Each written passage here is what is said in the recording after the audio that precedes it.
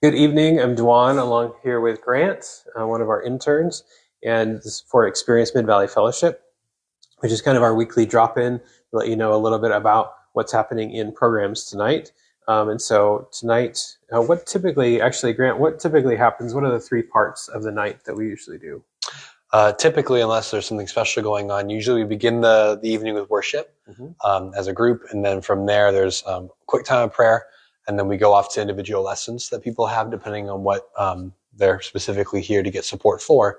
And then after that, they go into individual small groups, usually no more than 4 or 5 people, just to kind of talk about how things have actually been going in their lives throughout the week. Yeah, absolutely. Yeah. And so tonight, for one of our programs called Clean Heart, the first year of that program. What's Clean Heart? What program? What's that for? Clean Heart is a program that we have for those struggling with some form of pornography or sexual addiction, addictive behavior. Yeah. And so I'm going to be facilitating a lesson for that group, and it's called Isolation. And so last week, actually, we talked about secrecy and how that's a key part of the addictive mindset, and how that we keep secrets and don't want to talk about real things and whatever. And isolation is similar to that in that we can isolate from other people, so isolating externally and kind of pull away from other people. We can also isolate internally, where we don't engage with what we're feeling, what's going on emotionally, and that both of those are problematic and also very common with the addictive mindset.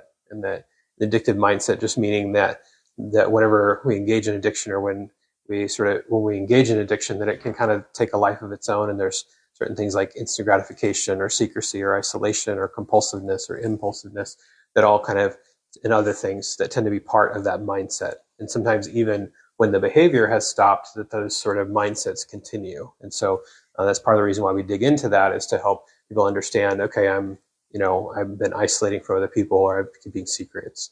One of the quotes from last week, which is true in this lesson too, is that even though wounding has happened in relationship, we can tend to want to pull away from relationship because we've been wounded in relationship. But the reality is that healing also comes in the context of relationships with other people. And so if we isolate, then that doesn't work. And especially when we isolate from ourselves or isolate from what we're feeling, that's super problematic too. So I asked you a little bit ago kind of about isolation in your journey. Like what was significant to you about isolation, or about why do you think we're talking about this topic? I think it's important to talk about, because at least for me, isolation deprived others of knowing who I truly was. I never really felt comfortable being myself or who God created me to be. And the only voices and input that I had were negative input. And so, at least for me, I found healing in walking in who God says I am. And that can really only happen when the voices that I'm hearing are not in isolation. So. Yeah, because other people can speak against those things, speaking against the lies that we believed and carried with us and stuff. Yeah. So a good topic for tonight. And there's other topics that are happening too. I don't have all those in front of me right now. We're usually doing about 7 lessons a week. And so there's other topics for different groups and things like that. But for now, we're going to call it a day.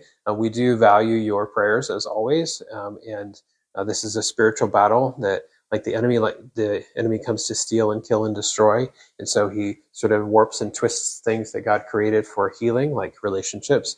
He warps and twists those into places of wounding. And so then we don't want to engage in what's actually helpful and healing for us. And so we value your prayers battling alongside the participants and leaders who are helping to draw people closer and closer to Christ and to his design for their lives. And so please be praying for us. Would encourage you to like this video, share it, let other people know about it.